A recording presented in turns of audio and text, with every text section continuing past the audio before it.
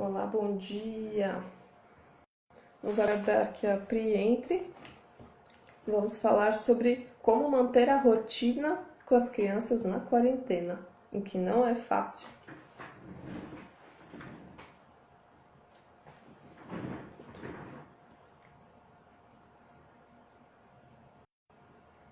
Deixa eu dividir a tela com ela.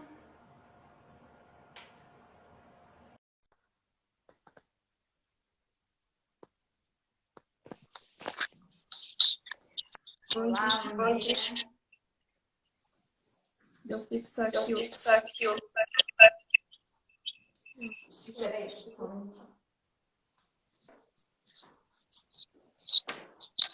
Sim, os fones sempre dá eco. E eu sempre esqueço deles.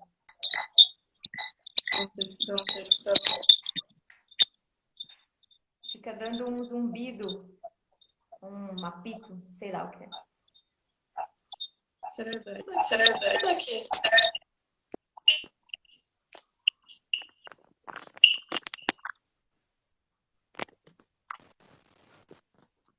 melhorou? Sim. Pri, como é que você tá? Bem, graças a Deus, sobrevivendo. Não é fácil, né? Não nesse momento, não com essa rotina completamente diferente e, assim, inesperada, na verdade, né? Acho que eu fico melhor até sem a luz do que com a luz hoje aqui. E vocês têm noção de como vai durar a quarentena aí? Para quem não sabe, Bem, o que acontece? A gente começou aqui uma quarentena voluntária há 7 semanas. Então, essa já é, a gente está iniciando agora a 8ª semana de quarentena, porque a gente começou a fazer a quarentena antes mesmo de ser decretado estado de emergência aqui em Portugal. Então, nesse momento, a população civil tem os direitos de ir e vir caçados. A gente não pode sair daqui para outros concelhos, né, para outros bairros, vamos dizer assim. E quando a gente sai, a gente precisa de autorização. Se for a trabalho, precisa de uma declaração. E a gente pode fazer algumas coisas. A gente pode ir à rua com as crianças, por exemplo. A gente só não pode estar em contato com outras pessoas. Estamos sem escola e não volta ao período letivo esse ano. O período letivo aqui acaba em meados de junho e começa em meados de setembro. Então, a gente já sabe que esse ano as aulas não voltam, as crianças estão em aula na TV, as crianças que já estão, como é que fala? A partir da primeira série, as crianças já estão em aula na televisão e aula com a professora, e os meus que são educação infantil, né, pré-escola, eles têm um encontro semanal com a professora e algumas atividades que eles vão passando para a gente fazer num cronograma durante a semana. Então, ela passa uma história que a gente assiste com a criança de manhã e aí à tarde a gente faz uma atividade sobre aquilo. Mas a nossa previsão é que na semana que vem alguns estabelecimentos já voltem a funcionar, mas tudo com limite de pessoas e tal. Aqui está muito nebuloso tudo. O governador estendeu a quarentena até dia 10 de maio, então as coisas voltariam ao normal dia 11. Lógico que ela vai ser estabelecidas, vão ser estabelecidas várias regras, né? Provavelmente cada local, enfim, utilização de máscaras. O prefeito já decretou lei aqui, é obrigatório. Mas eu acredito, sinceramente, que mesmo depois do dia 11, se não for estendido novamente a quarentena no estado, locais fechados, tipo escola, academia, eu acho que vai esperar pelo menos um mês assim, para serem abertos novamente. Eu não acredito que já vá abrir assim em maio, não. É um momento onde a gente vai precisar prezar, é um estado de sítio, né? A gente vai precisar prezar pela saúde. Em algumas lives atrás eu conversei com uma professora, tem umas 2 semanas, eu conversei com uma educadora e ela disse assim, a gente precisa pensar agora no que é mais importante. É mais importante que as nossas crianças aprendam a ler ou que a gente consiga tratar as emoções dessas crianças agora, nesse período tão difícil e diferente para todos nós, né? Nenhum de nós viveu uma situação semelhante. E, e tratar isso, ou que a criança aprenda a escrever. O que é mais importante nesse momento? Né? Cuidar da emoção dessas crianças, de como que elas vão passar por esse processo? Ou, não, a gente precisa, que a criança não pode perder 6 meses, porque ela precisa aprender a ler. Sim, sim. E eu achei uma excelente colocação quando ela disse isso. Exato. Mas eu acho que se é difícil para a gente, que é adulto, saber lidar com o confinamento, imagina para as crianças que não têm a noção do que está acontecendo, né? Sim. Como você acha que elas levam isso? Tem algum modo operandi? Fica mais ansioso, mais... O que acontece? Depende, quando a gente fala criança, a gente está falando de um universo muito grande, né? A gente está falando de um bebê que acabou de nascer até 12 anos de idade aproximadamente. O que a gente precisa nesse momento? Saber em como é que a nossa criança percebe essa situação. Porque aqui eu tenho, vou te dar um exemplo, eu tenho dois, um que vai fazer 6 semana que vem e um de 3 anos. Eles conseguem entender por que nós estamos em casa. Porque a escola teve todo um trabalho, apresentaram estatísticas, foi uma coisa linda que a escola fez antes da gente começar a quarentena voluntária. Então a gente conversa a respeito disso. Agora, como que a criança entende isso? Às vezes você vai chegar para a criança de 12 anos e dizer: o que você está entendendo dessa história? Eu entendo que eu não posso sair de casa, essa porcaria, eu não estou achando que esse vírus é assim tão violento. Por quê? Porque ela não viu a realidade perto, né? Não morreu nem o avô, nem a avó, nem a tia. Ela não está vendo a realidade perto disso, não tem acesso ao que está passando na TV, então ela não consegue ter a dimensão disso. Né? Apesar de ser uma criança mais velha e conseguir entender. Não é palpável, não é algo que ela veja, não é um monstro, né? Sim, exato, exato. Logo no início da quarentena, meu marido estava saindo para ir ao mercado e eu falei: meu bem, cuidado, vai com cuidado. Aí ele olhou para minha cara e ele falou: Priscila, eu tô indo no supermercado e isso não é uma guerra. Não tem alguém com o fuzil apontado para mim. Eu não sei onde está o meu inimigo, então não me manda ter cuidado porque eu tô com medo. Então, assim, é muito complicado até pra gente mesmo. Você pensa, uso máscara, não uso máscara. A máscara é pra quem usar. E aí a gente fica numa situação, é pra todo mundo usar máscara, tá? E aí eu uso máscara, toco em alguma coisa e não cuido da minha mão. Daí a pouco eu tenho um grande problema acontecendo. Se a gente for pensar, fica uma situação bem assim, de filme mesmo, né? Eu toco a mão naquilo que tá no mercado, eu trago aquilo pra dentro da minha casa. Aquilo fica guardado ali dentro do meu armário, você não sabe. É uma situação muito atípica. A gente não sabe como lidar com essa situação.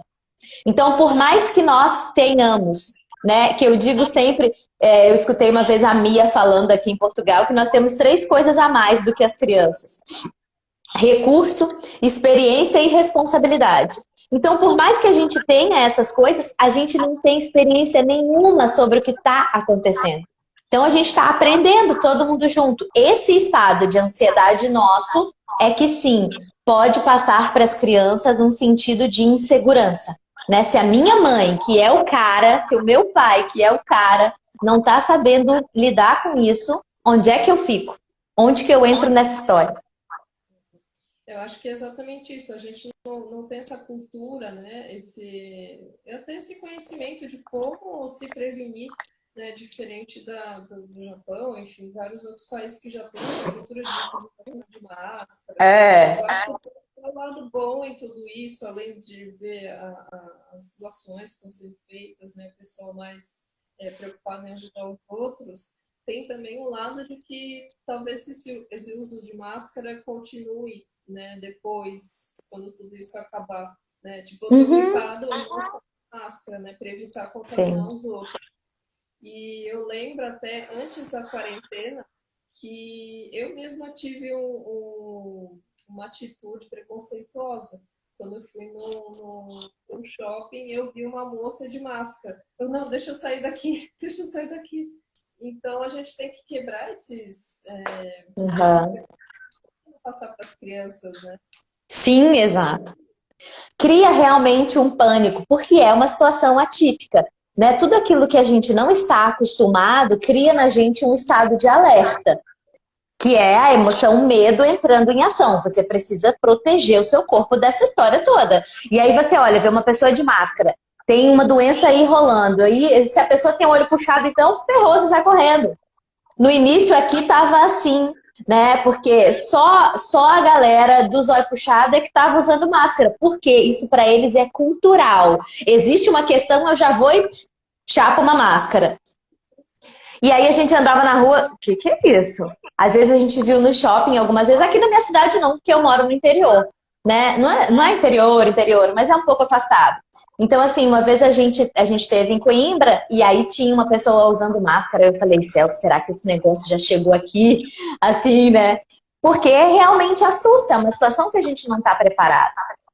Mas precisamos nos informar para que a gente não passe também para as crianças, através do modelo, um medo que é desnecessário. O medo bom é aquele medo onde eu me previno. Aquele medo que me engessa, que eu paro e não faço nada, ou que eu me tranco dentro de casa e digo daqui eu não vou sair de maneira nenhuma porque tem uma doença lá fora, aí ferrou.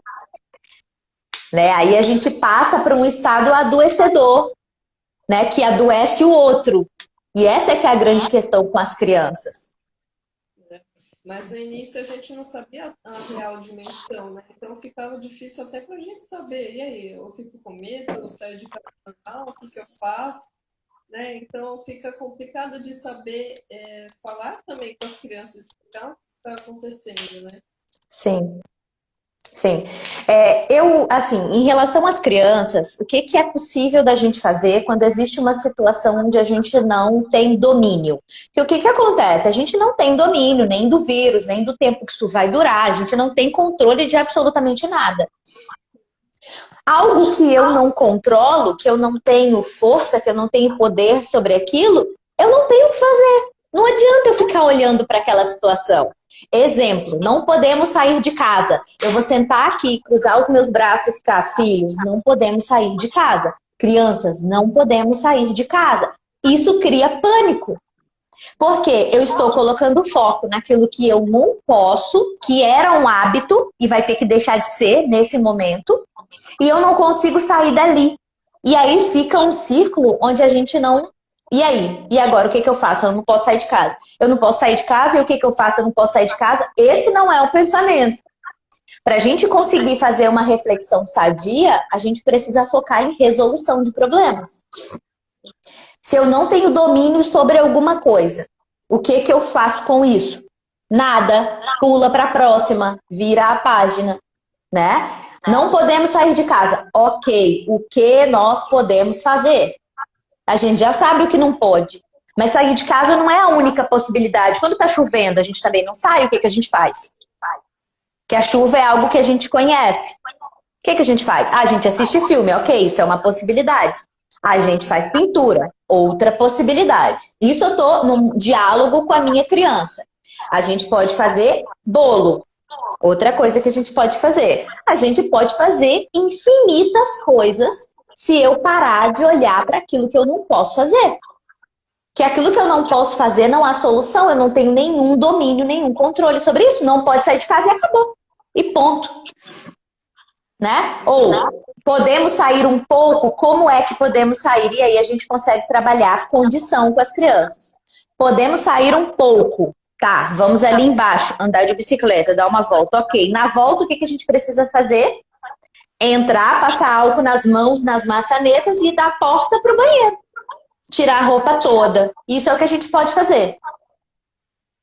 Né? Então é focar naquilo que é possível. Eu acho que é não focar também só no negativo, né?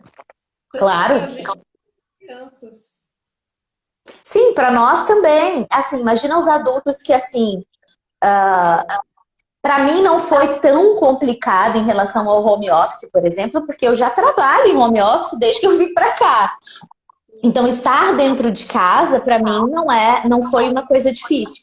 Difícil foi estar em casa com as crianças aqui, né? Ter que trabalhar com as crianças aqui. Isso é uma questão, porque as crianças estão nos vendo, né? Nós estamos, em tese, disponíveis, mas não estamos de verdade, né? Nós estamos em casa e o que a gente pode fazer?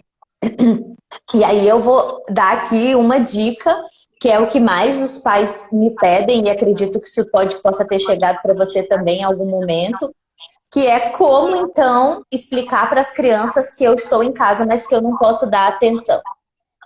Exato. Primeiro, pode falar.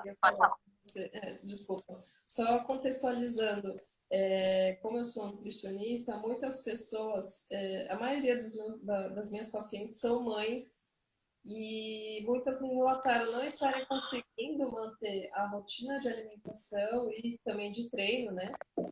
Então, a rotina saudável, de modo geral, nesse dia de quarentena, pelo fato dos filhos estarem em casa, né? Uhum. E a maioria está fazendo home office. Então, também tem essa questão que é difícil a criança entender que você está ali, mas não está presente, né? Sim. Assim, está presente fisicamente, mas que não está disponível. Sim. Existe... Primeiro, assim, o que a gente precisa entender a respeito das crianças? Criança, para se sentir segura, ela precisa ter conexão. Logo no início da quarentena, uma mãe me disse assim: Priscila, eu não vou ficar me sentindo tão culpada pelo fato das minhas crianças estarem mais na TV. Mas quanto? Essa é uma medida que a gente precisa ter. A minha criança ficava 1 hora na TV quando ela chegava da escola até a hora do jantar, e agora ela fica na TV da hora que ela acorda até a hora que ela vai dormir. Isso não é mais. Isso é demais. Né? Então a gente precisa buscar um equilíbrio dessas coisas no sentido de a gente precisa fazer home office, óbvio, mas nós não estamos trabalhando em casa assim como trabalhávamos no escritório ou em qualquer lugar que fosse. Eu não começo a trabalhar às 8, paro ao meio-dia, volto 1 hora da tarde, paro às 5h30. Não é essa a rotina, né? Então talvez intercalar com as crianças isso, e aí eu vou dar uma dica de como que eu faço aqui. Eu trabalho usando o método Pomodoro. Você já ouviu falar? Não conheço. Tá. Depois eu te passo para você deixar aqui um link para as pessoas conhecerem. O que significa... meu negócio não está aqui. O método Pomodoro, ele funciona com intervalos de produtividade. Então, você vai trabalhar durante 25 minutos, fazer 5 minutos de intervalo. Trabalhar durante 25 minutos, fazer 5 minutos de intervalo. Quando você completa 4 blocos de trabalho, você tem um intervalo maior. Que dá para você fazer um lanche, que dá para você retornar as chamadas. E aí também tem uma forma de você anotar as interrupções. Então, eu tô lá dentro dos meus 25 minutos e o meu telefone toca é minha mãe. Então, eu pego um bloquinho do lado e escrevo mãe. E aí, então, quando eu tiver os meus 5 minutos, se eu achar que 5 minutos é suficiente para eu ligar para minha mãe, eu ligo dentro desse intervalo. Se não, eu deixo para ligar para minha mãe. E se for urgente, a minha mãe vai ligar de novo. E de novo. E outra vez. Ou para outra pessoa. Né? Se for urgente. Como é que funciona com as crianças? Que a criança, ela não vai parar, né? Ela não vai deixar de ligar como a minha mãe. Ela vai ficar batendo aqui na porta.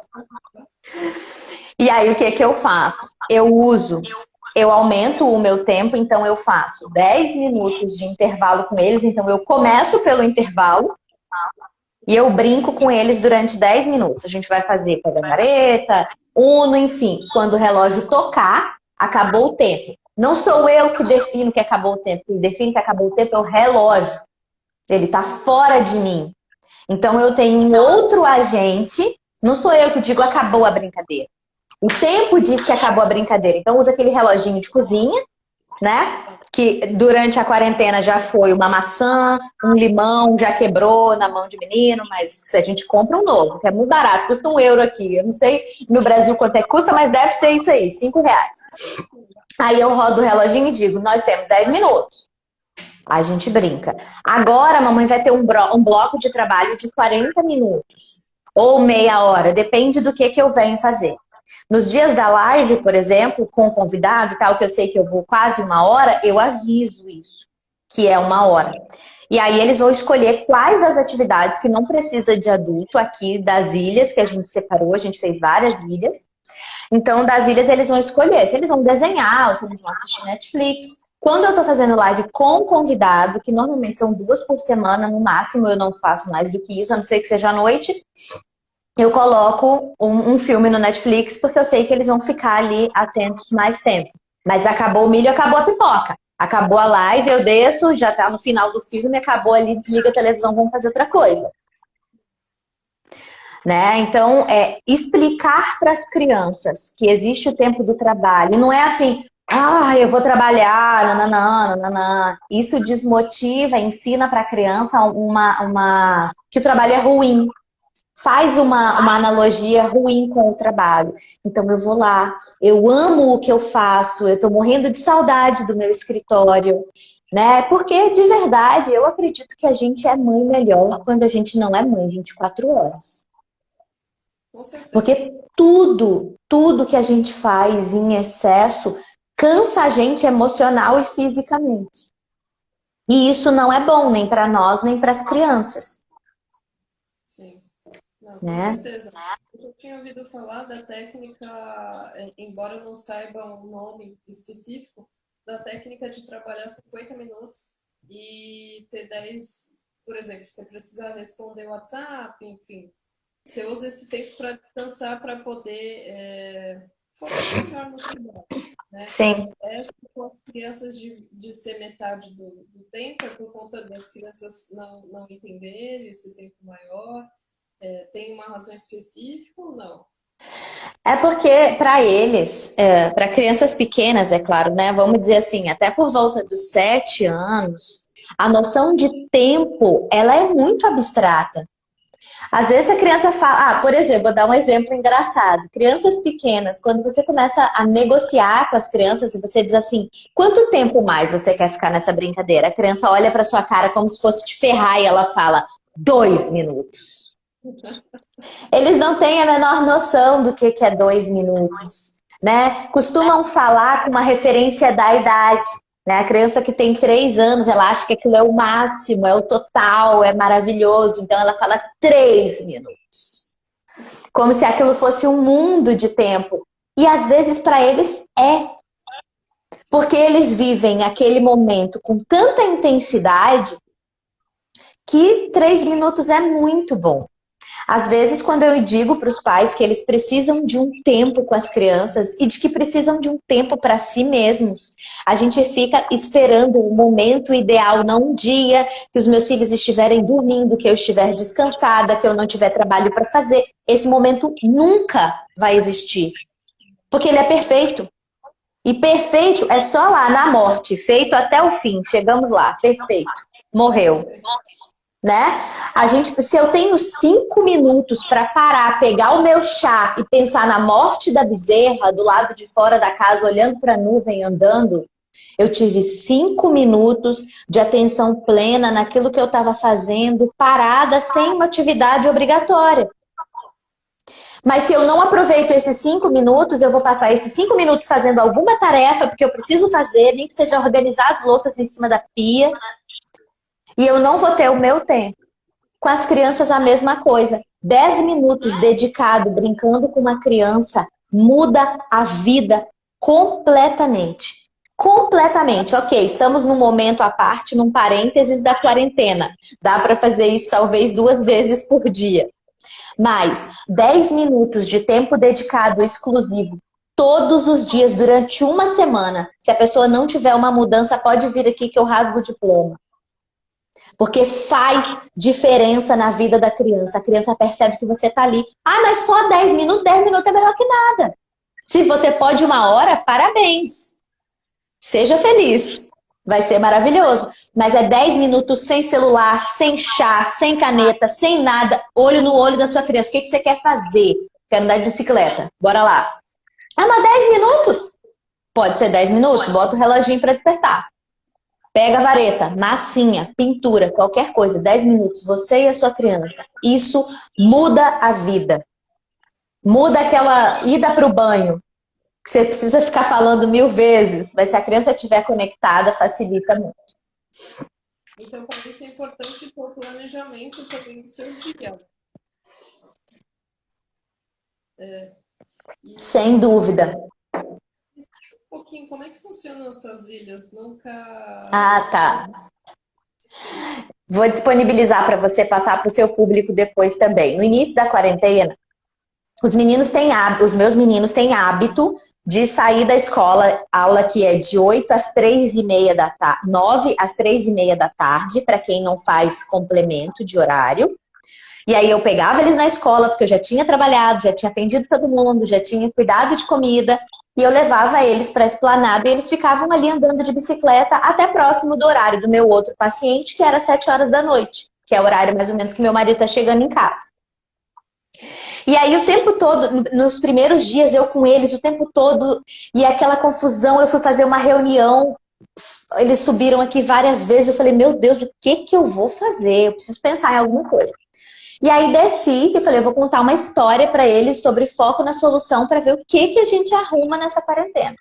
E aí eu desci, contei para eles uma vez que eu fui pedir morango pro meu pai disse, minha filha, não tá na época de morango e tal, mas a gente pode ir no limoeiro, pegar limão, e nananana, nananana. Aí eu falei com eles, então, o que vocês acham que a mamãe aprendeu nesse dia com o vovô? E aí eles começaram. É claro que às vezes as pessoas vão dizer, seus filhos são aliens. Não, eles estão acostumados a fazer isso todos os dias da vida dele desde que eles nasceram. Então isso facilita, né? O hábito cria uma rotina, cria uma forma de viver. Ah, meu filho já tem 5 anos, não tem problema. Começa agora que daqui a um tempo você vai ter esse resultado, né? E aí, então, você aprendeu isso, aprendeu aquilo. Eu falei, beleza. O que que aconteceu? Eu não tinha morango, mas eu tinha limão. E eu aprendi um monte de coisa com limão, sem morango. O que que a gente pode fazer sem ir pra rua? E aí eles começaram a dizer, a gente pode assistir Netflix. Falei, beleza. A gente pode pintar. Maravilha. E aí então eu fui separando várias ilhas dentro de casa, com 2 objetivos. Um, que eles pudessem ter atividades que eles fizessem sozinhos. E outro, que a casa inteira não virasse uma brinquedoteca bagunçada. Então eu sabia que aí a gente fez a ilha da massinha e a ilha da pintura. E eu separei a mesa com uma fita adesiva colorida. Aí botei as canetinhas de um lado, as massinhas do outro. Massinha, por exemplo, não tem mais. Acabou, já misturou tudo, ficou duro, foi pro lixo.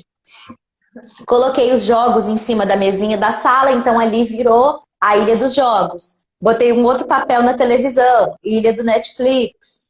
Na cozinha eu coloquei ilha da nutrição, no meu quarto eu coloquei todos os livros para ser diferente de estar no quarto deles. Coloquei todos os livros, ilha da leitura. E aí comecei, onde é que vocês precisam de um adulto? Aí precisa na ilha da leitura, se eles quiserem que eu leia. Porque se eles quiserem ler sozinhos, mesmo que não sejam alfabetizados, se quiserem ler sozinhos os livros, fiquem à vontade. Ilha da nutrição, precisa de um adulto. E aí, então, toda vez que eu vou subir para trabalhar, eu digo para eles, qual ilha que vocês vão usar nesse tempo?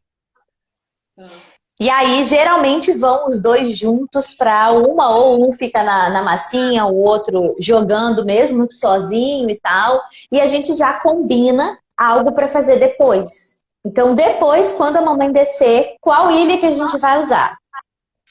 Então agora, por exemplo, que já são 12h30 aqui, a hora que eu descer a gente vai usar a ilha da nutrição.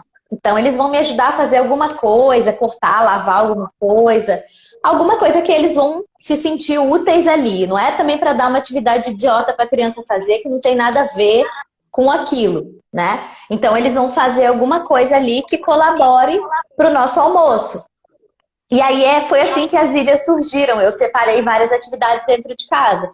Então eu sei que lá na mesa da sala, agora nesse momento, tem resto de massinha, um monte de cotoco duro e as canetinhas e papel, tudo lá. Mas não tem papel no resto da casa. Isso já ajuda a minha sanidade mental.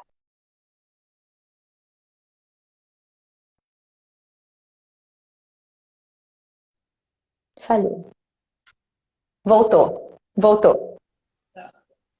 Tá. Me surgiram 2 dúvidas. Eu vou comentando. Fala, olha outra vez. Ah, meu pai. Me ajuda, hein, Instagram. Tá me ouvindo? Tô te ouvindo. A primeira dúvida é se vale a pena colocar as crianças para auxiliar nas tarefas domésticas, Uhum. porque a gente estando em casa tem mais tarefas para serem feitas. E outra coisa é que, como você tem duas crianças, por exemplo, se não ajuda o fato de um ser amigo do outro, um fazer companhia para o outro, diferente de alguém que só tenha um filho. Tá. Eu acredito que tudo tem prós e contras. Também tem mães que me procuram e dizem assim, como é que eu dou um jeito na faixa de Gaza? Porque as crianças estão brigando o tempo todo.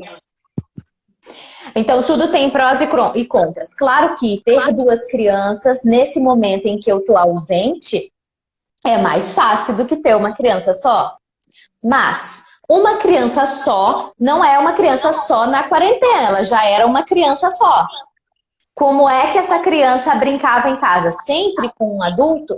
Aí, a depender da idade que essa criança tem, eu indico que os pais possam fazer uma avaliação. Exemplo, deixar que essa criança explore o ambiente e observar o que é que a minha criança gosta de fazer sozinho. Que existem atividades que a gente gosta de fazer sozinho. Mas nós adultos temos uma mania infeliz de atrapalhar as crianças na concentração delas. O menino tá lá, brincando, pegou a caneta, ele começou. Ele tá brincando, ele tá aprendendo. Aí chega, ai, que lindo, você aprendeu a fechar a caneta. Agora ele ficou preocupado com a sua reação e não com o aprendizado dele. Então a gente precisa permitir também, lógico, a gente por perto, que a criança entenda, que a criança saiba que ela pode pegar, que ela tem um lugar acessível, que ela pode pegar um papel para ela pintar, um lugar onde ela possa, os brinquedos acessíveis, isso de brinquedo em cima do armário, não vale a pena, é melhor não ter, não gastar dinheiro com isso, né? Brinquedo tem que estar acessível. Ela pode brincar? Pode jogar os brinquedos no chão? Ah, pode jogar no chão, depois tem que guardar. Mas é depois quando? É depois toda hora? É depois todo dia? Porque às vezes a criança, não, vou pegar lá na cabecinha dela, né? Vai pegar o Lego, aí depois daqui a pouco eu vou ter que juntar tudo, não quero mais não. Já me deu fadiga, parei. Porque às vezes a gente é muito chato, a gente adulto às vezes é muito chato e a criança fica de saco cheio disso, né? Então, é claro que se a gente tem um filho só, a gente não tem a companhia de um outro. O que a gente precisa é observar em que atividades que o meu filho único fica concentrado. Porque existem outras formas também de ter um filho único. Se eu tenho um menino de 17 e um de 7... Não ajuda muito. Um vai estar lá concentrado em outras tarefas, às vezes lá na escola, online, né? E aí eu tenho de novo uma criança sozinha. E são escolhas. Da mesma forma que a gente passa muito perrengue quando tem crianças de idades muito próximas, né? Eu estava amamentando com uma barriga de 5 meses. Amamentando um com o outro já no forninho. Então, tudo tem prós e contras. A gente precisa analisar as nossas escolhas e o que vem em função disso. Né? Permitir que a criança única aprenda e goste de estar sozinha, curta esse momento de estar sozinha, isso é importante. E é importante para a vida inteira. Tem gente que não consegue ficar 10 minutos sozinho, entra em desespero, entra em pânico, mas que perigo tem você ficar sozinho com você mesmo? Se tem perigo, tem que buscar terapia. É verdade, com certeza. E as tarefas domésticas? As tarefas domésticas. Eu acredito que criança tem que participar da tarefa doméstica a partir do momento que ela pode fazer alguma coisa. Então começou a andar, já consegue colocar a fralda no lixo. E isso pode ser muito divertido, né? Quem chega primeiro, né, sujou tem que limpar, são coisas que tornam a vida muito mais fácil. Eu acredito, né, que isso torna a vida mais fácil. Para nossa reação, por exemplo, o negócio caiu, meu Deus, por quê? Porque eu vou ter que limpar, porque eu que limpei antes. Agora, se bateu a mão no copo, caiu água no chão, o que a gente precisa fazer? Limpar, cadê o pano? O pano tem que estar tão acessível quanto o papel, num lugar baixo que a criança possa pegar. E um pano bom, né? Compra um pano bom, absorvente aí, para a criança não ter que ficar torcendo pano, que aí também já pegou pesado, né? Bota um pano bem absorvente assim perto para a criança entender que ela pode fazer aquela tarefa, que ela tem competência para fazer aquela tarefa, né? E que ela faz parte. Porque tarefa doméstica, ela é para todos que estão no doméstico. Se eu vivo... Opa, meu pai, pera lá. Meu telefone nunca tocou durante uma live, é a primeira vez. Isso aconteceu. Né? Se a tarefa... Todo mundo que está no doméstico tem que fazer as tarefas. E aí a gente vai apresentando para as crianças de maneira gradativa as tarefas que elas podem fazer. Então, pegar pregador, segurar o pregador enquanto o pai e a mãe estão estendendo a roupa. Ou ir buscando as peças de roupa para estender. Isso ajuda muito, isso cria conexão, porque a criança tem ali um tempo junto com o pai e com a mãe. Né? A gente tem aquele reflexo de não, vai demorar muito se a criança quiser, não, deixa que eu faço. Mas isso também acaba repelindo a criança de querer participar. Claro, exatamente. Eu costumo dizer o seguinte, a vida adulta, ela tem mais tempo, ela demora mais. Então, se eu não trabalho isso com a minha criança agora, o meu trabalho vai ser muito maior depois. Né? A criança não tem que querer nada, criança não tem que mexer, lugar de criança não é na cozinha, área de serviço não é para criança. Aí eu tenho um adolescente que não quer fazer nada. Aí olha lá, o dia inteiro sentado no sofá. Mas você ensinou a lavar a calcinha? Ensinou a lavar a cueca? Então, investir tempo em treino é mais fácil do que investir tempo em briga na adolescência. Né? Às vezes a gente nunca deixa a criança pegar um jarro e jogar água dentro do copo. Aí quando o menino tem 6 anos, você fala, nossa, mas pelo amor de Deus, não sabe colocar água dentro do copo? Claro, ninguém ensinou. Né? Ninguém mostrou pra ele como é. Sim. Esses dias eu até vi uma outra live que a moça estava falando que é importante até por conta da criança entender processos, para não ser justamente esse adolescente, enfim, esse adulto que acha que, tipo, sujou a roupa, a mãe já vai colocar ali na gavetinha, prontinha, limpinha, que ele nunca vai entender como que é colocar na máquina, lavar no tanque, né? Todo esse processo até isso acontecer. E que isso demora, e que isso dá trabalho, porque todo mundo quer comer bolo. Mas ninguém quer esperar 40 minutos o bolo assar. Né? Eu me lembro da primeira vez que o meu mais velho, né, viu eu fazendo um bolo. Ele ficou na cozinha lá um tempo, mas ele era muito pequenininho, devia ter 1 ano e meio mais ou menos. Eu coloquei ele em cima da bancada, a gente misturou as coisas e tal. E aí a gente abaixou e ele ficou sentado na frente do forno.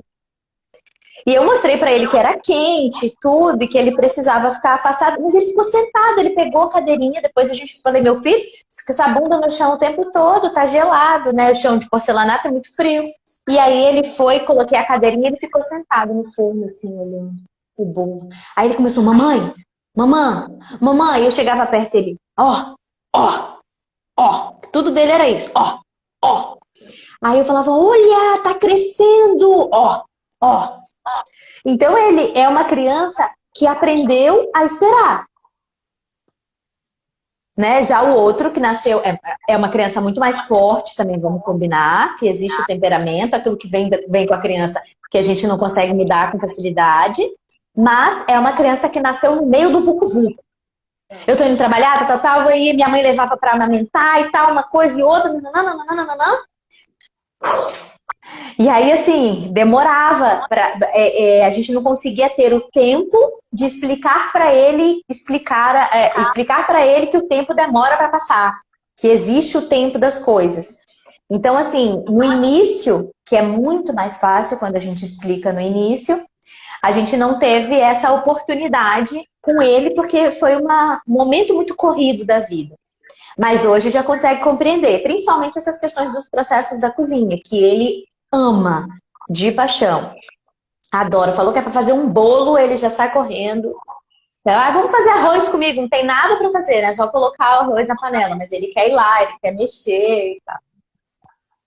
Muito legal. Bom, outras dúvidas, né, então, que me relataram por aqui foi de como manter a rotina, assim, de alimentação saudável, de treino com as crianças em casa. Então, eu até tinha comentado com você, né?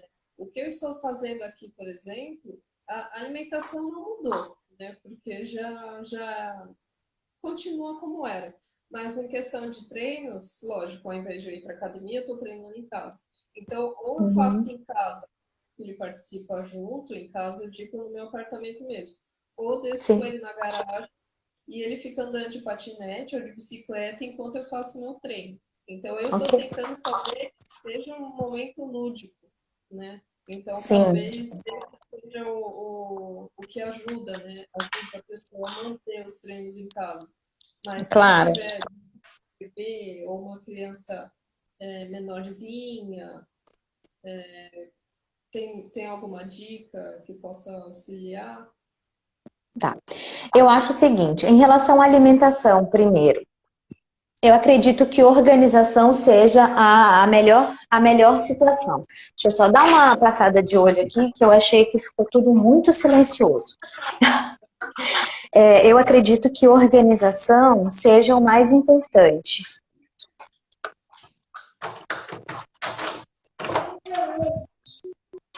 Por quê?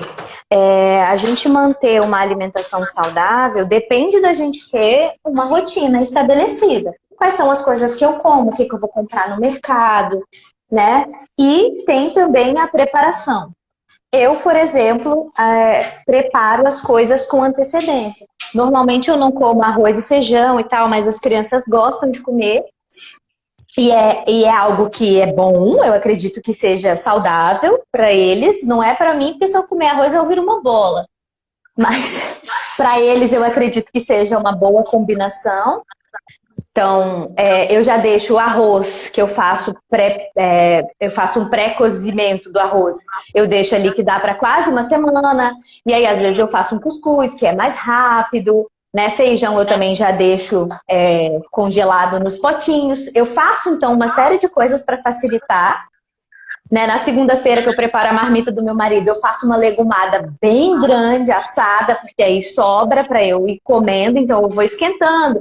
Aí ali eu coloco um azeitinho, coloco um outro tempero para dar uma diferenciada. Mas então eu acredito que planejamento de compra e organização do preparo seja o mais importante.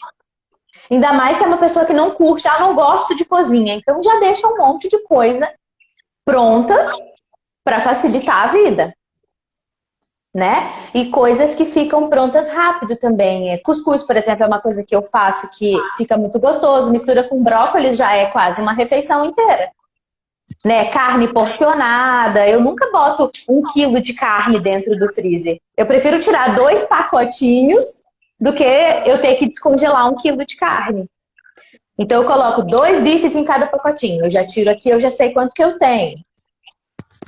Né?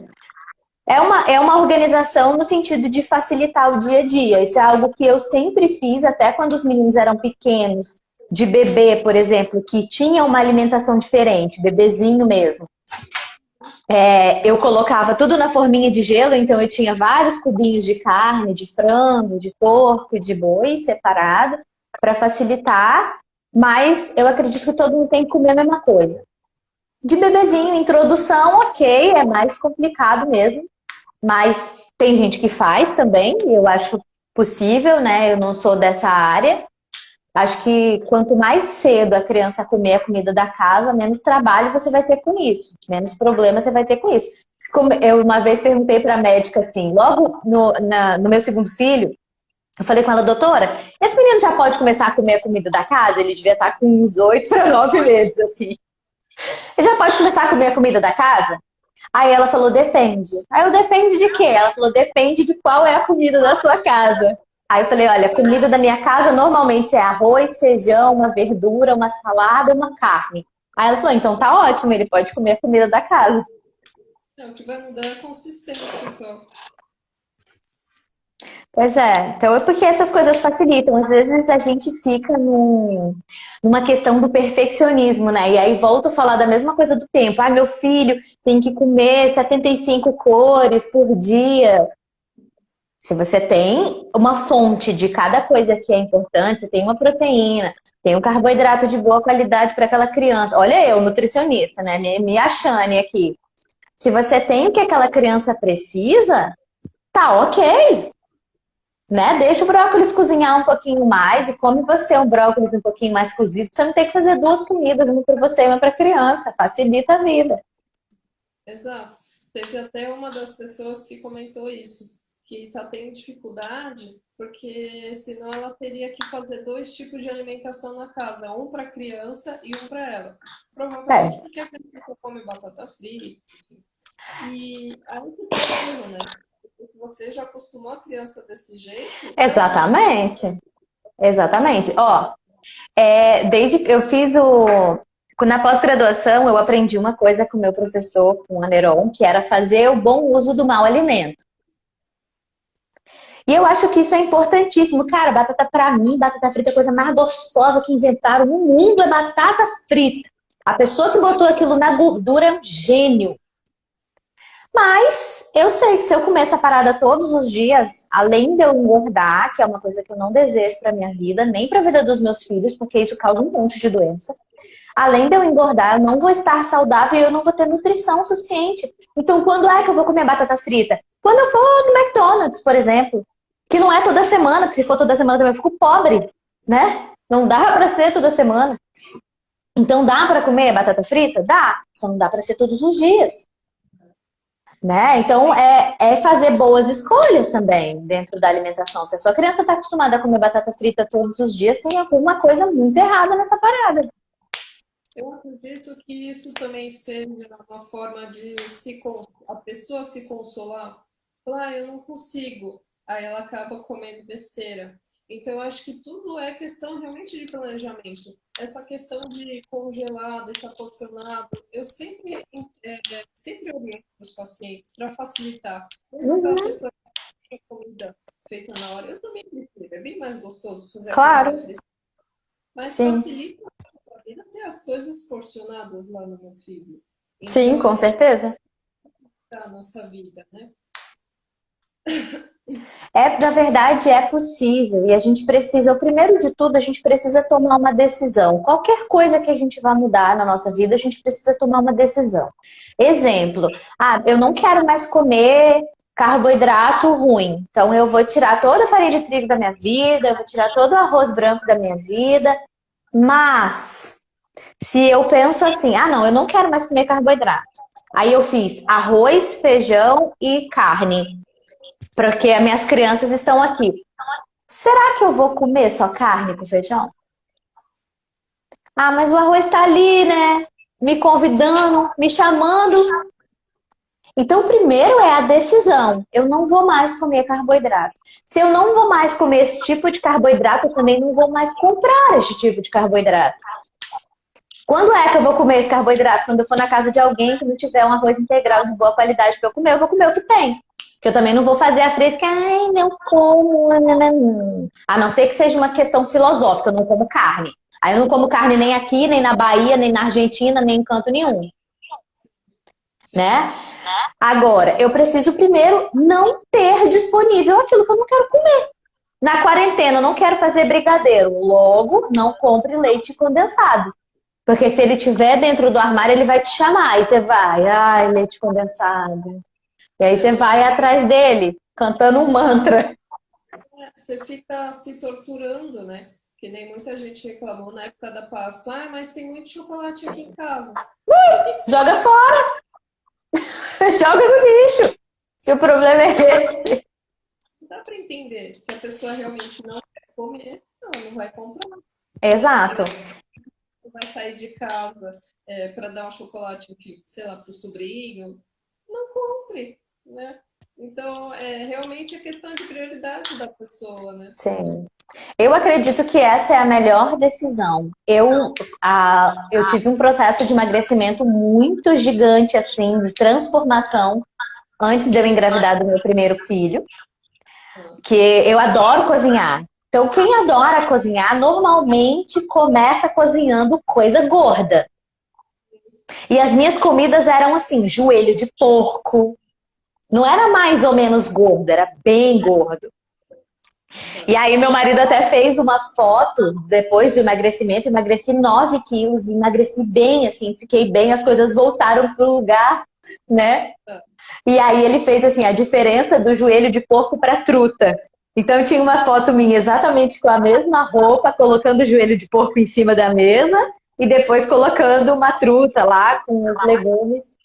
E foi uma mudança, porque ele engordou e ele falou, agora eu não aguento mais, eu engordei. Eu falei, então o que você quer que eu faça? Eu quero emagrecer. Eu falei, maravilha. Eu peguei tudo que tinha dentro da geladeira, tudo que tinha dentro do armário, que era engordite, e falei com a minha empregada, eu falei, leva. Que é isso, digníssimo? Eu falei, leva tudo para sua casa. Amanhã eu vou fazer uma compra. Eu não comprei carne vermelha, eu só comprei peixe. Acabou arroz. Outra vida. E em 2 meses, nós dois emagrecemos. Eu emagreci 9 e ele 10, eu acho. Porque simplesmente acabou. Era feira uma vez por semana, tudo porcionado, a comida já preparada. Enfim, e facilitou demais a nossa vida. Começamos assim com grandes quantidades, então eu comi uma bacia de salada que era para matar a minha vontade de comer, e depois a gente conseguiu reduzir também as quantidades disso e ficar bem. Se a pessoa não estiver disposta a mudar hábitos, não resolve nada. E o ambiente manda muito. A gente precisa preparar, ter um ambiente preparado. Eu quero começar a consumir chá. Aí você vai no supermercado e compra um pacote de chá de camomila. Você não vai começar a consumir chá. Primeiro que chá de camomila não tem gosto de nada. Vai tomar chá de camomila com o quê? Aí você vai, vou botar uma suquinha, aí pronto, ferrou. Acabou com a brincadeira. Compra muito, prova de tudo. É barato, prova. E aí daqui a pouco isso se torna um hábito na sua vida. Vou tomar um chá, vou tomar um chá, vou tomar um chá, bota um recadinho, não sei o quê. E daqui a pouco você tá expert, entendendo tudo e tal, né? Participando de clubes de chás. A tarada do chá. Eu também adoro chá. Eu queria perguntar a questão do puerpério. Porque assim, eu fiz essa relação, eu havia até te comentado. Essa quarentena, eu tô me sentindo, não sei se tá acontecendo com mais mães também, como se eu tivesse voltado para a época do puerpério. Talvez por ter aumentado realmente a demanda, né? Trabalho doméstico, trabalho de home office, aí a criança. Então, como que a gente pode fazer para a gente não perder essa individualidade nossa também? Tá. Essa questão do puerpério, a gente é uma fase de transição, né?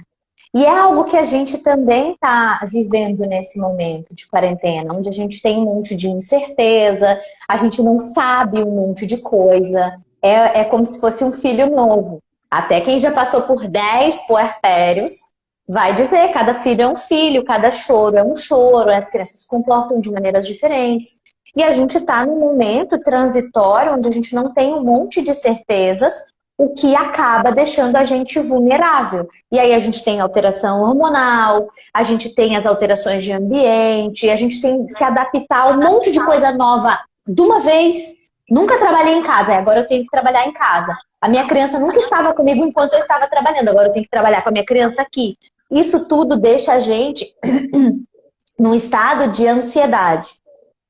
O que é muito importante para a gente reduzir a ansiedade? A ansiedade ela é um estado de alerta derivado do medo de algo que a gente não tem muita certeza, que a gente não tem muito controle. Primeiro, saber que eu não controlo tudo é um grande norteador. Né? A empresa sabe que você está em transição. Ela vai te botar pressão? Claro que se ela não botar pressão, você não vai fazer o treino do jeito certo nunca, né? Então vai te botar pressão, o seu trabalho vai te colocar pressão. Como é planejamento? Como é que eu vou fazer isso funcionar? Que estratégias eu consigo lançar mão para que isso funcione? Porque só pensar, é difícil trabalhar com criança em casa, essa parada todo mundo já sabe. Isso é um fato.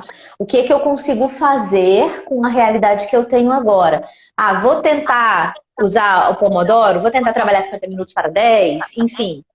Buscar uma estratégia para que isso funcione, porque ver o problema não é uma estratégia para aquilo funcionar. Ver o problema faz a gente ficar engessado, parado, sem se movimentar. Quando a gente não se movimenta, a gente não resolve o problema, né? E sobre o nosso tempo, a nossa individualidade, é outra coisa, é planejamento. Se você se planejou que vai brincar durante 10 minutos com o seu filho, se planeje pela metade. Filho, eu vou ficar 5 minutos aqui brincando com você, o nosso reloginho vai tocar e daqui a pouco a mamãe vai lá fora e eu vou tomar o meu chá durante 5 minutos. Então eu tô conseguindo separar um tempo para mim que vai trazer a minha sanidade, né? Ah, se a pessoa tem um parceiro, se ela tem alguma rede de apoio, né? A mãe tá junto, tem um parceiro. Olha só, agora eu tô precisando de 10 minutos. Assume o controle da nave que eu preciso de 10 minutos.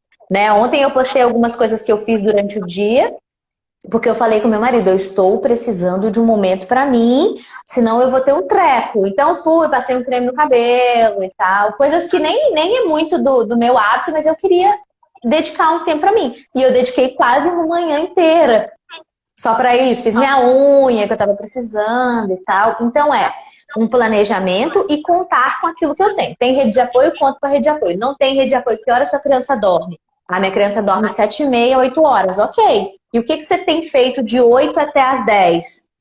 Ah, eu tenho adiantado alguma coisa do trabalho. Então você vai tirar meia hora desse tempo para fazer alguma coisa que você gosta, que é só para você.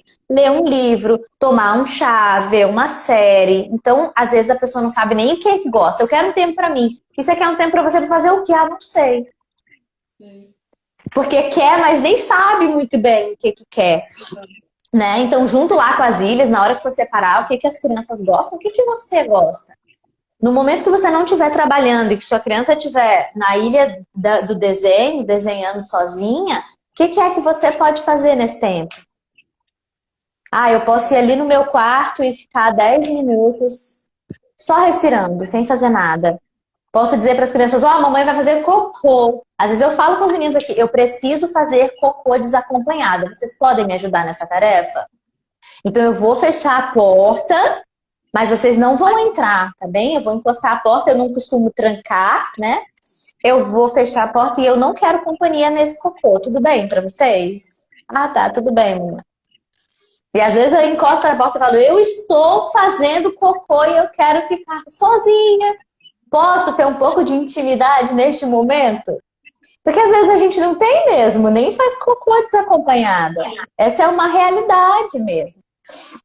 Mas a gente precisa buscar isso. Às vezes as crianças nos invadem porque nós permitimos que elas nos invadam.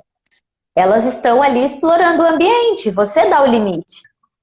E não precisa ser um limite violento, ele pode ser um limite amoroso. Você dizer, filho, eu preciso agora, nesse momento aqui, eu preciso estar aqui fora sozinho. O que você pode fazer enquanto isso? E ajuda a criança também, que às vezes só fica aí do lado de fora, dependendo da idade da criança ou da dependência, ela não vai conseguir. Então, o que você pode fazer nesse tempo para que eu tome o meu chá? Pri, temos alguns segundinhos, eu queria agradecer muito, muito a nossa conversa, foi muito bacana. E me fala, você está atendendo online? Fala um pouquinho aí.